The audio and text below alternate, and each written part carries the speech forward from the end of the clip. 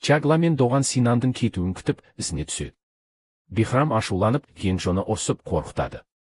Бірақ оны жазалай алмайтынын айтады, өйткені Генджоның әкесін сыйлаймай дейді.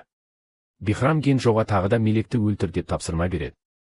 Генджоның басқа амалы қалмай, Мелекті өлтіруге кіреді. Доған мен Чагла Синанның нақты қай жерге бара жатқанын аңдиды. Синан кептеліске түсіп сәл кешігіп жатады. Сол арада Доған мен Чагла оның қайда бара жатқанын табады.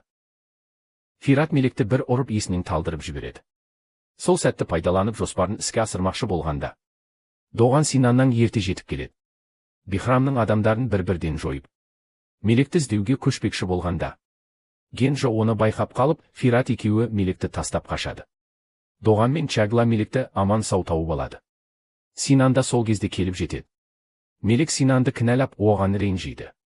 Синан Мелектің жағдайын көріп, оның жаман ойы болмағанын айтып кешірім сұрайды. Бихрам кезекті тауарын жүктеп жатып, 25 жыл алдыңғы естелігін еске алып жатыр. Бихрам қамақта жатқанда Махинур оны келіп көріп, әкесінің өліміне кінәлап жатқаны, ал Бихрам оның кінәсі жоғын бәрін жасаған ханжы оғлулар екенін айтады. Және сонында бәрібір Махинурмен бірге болатынын айтады. Сол кезде Бихрамға жаман жаңалық келеді. Чагла мен Доған Мелекті қауіпсіз жерге алып бармақшы. Синан Бихрамға қоңырау шалып, онымен қатынасын үзетінін айтады.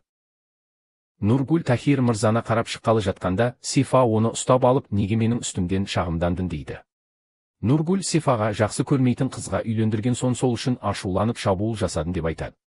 Сифа оған тыныштал, аузынды жұм деп қорқытады. Чагла Мелекті өзінің үйіне алып келеді. Бүгін осында қонып таңертең прокурорға алып бармақшы.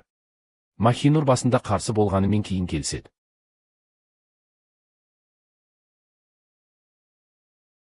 Бихрам оны біліп қойып, ашуланады. Бұл жерде Махинур Мелекті шомылдыруға көмектеседі. Доғанға Синан хабарласып Мелекті көріп, кешірім сұрағысы келетінін айтады. Бұл жерде Мелекке қарап Махинур өзінің бұрында жүкті болғанын есіне алады.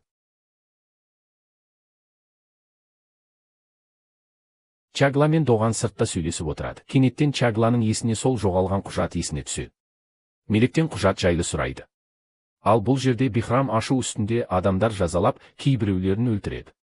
Сонда полицияға Мелектің қай жерде екенін айтады. Синан Мелекке келген кезде полиция мен журналистер жетіп келеді.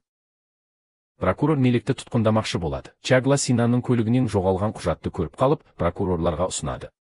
Құжатта Тахир мырза бүкіл мұрасын Доғанға қалдырғаны, ал Синанды мұрагерлік тізімінен алып тастағаны жазылған.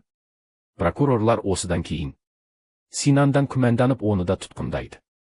Ал Махинур бұрынғы сүйіктісін тұтқындап жатқанына уайымдап тұр. Осылайша бүгінгі сериясы аяқталды.